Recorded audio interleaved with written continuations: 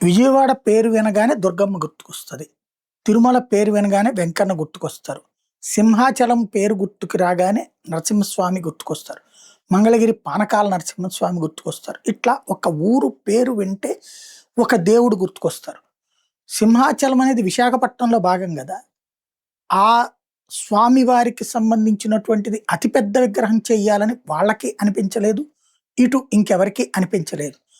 ఇప్పుడు నందిగామ దగ్గర ఒక పెద్ద విగ్రహం ఉంటది. ఆంజనేయ స్వామి వారి విగ్రహం. అది చూశాక దేశంలో అనేక చోట్ల భారీ విగ్రహాలు కట్టుకొచ్చారు.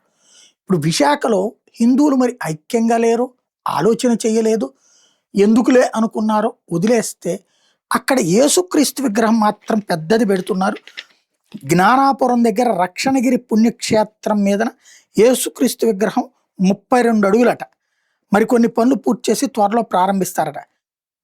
అక్కడి నుంచి ద ఊరంతా చూసేటట్టు ఏర్పాటు చేస్తున్నారు. మరి హిందువులు ఏమయ్యారు? హిందూ సంస్థలు ఏమైనాయో తెలీదు.